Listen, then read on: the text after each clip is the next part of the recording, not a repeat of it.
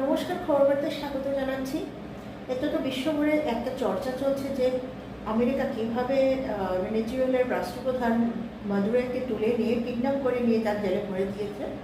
কিন্তু তার পেছনে কারণটা কী?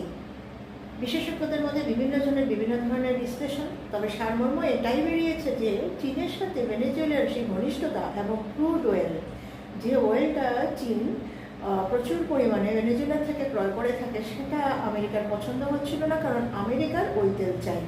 দ্বিতীয়ত, ভেনেজুয়েলা চীনের সাথে যখন তেল কেনাবেচার কাজ করছিল তখন ইউএস ডলারের ব্যবহার না করে চীনের কারেন্সি ইউএনের মাধ্যমে সেটা করছিল। তাতে আমেরিকার অর্থব্যবস্থা বারবার নিচের দিকে নেমে যাচ্ছে। আমেরিকা সর্বসেবা হয়ে থাকতে চায়, তাই ডলারের আধিপত্য চায়, এবং তখন তার যা ক্রুড অয়েলের দরকার, তখন তার সেই ক্রুড অয়েলও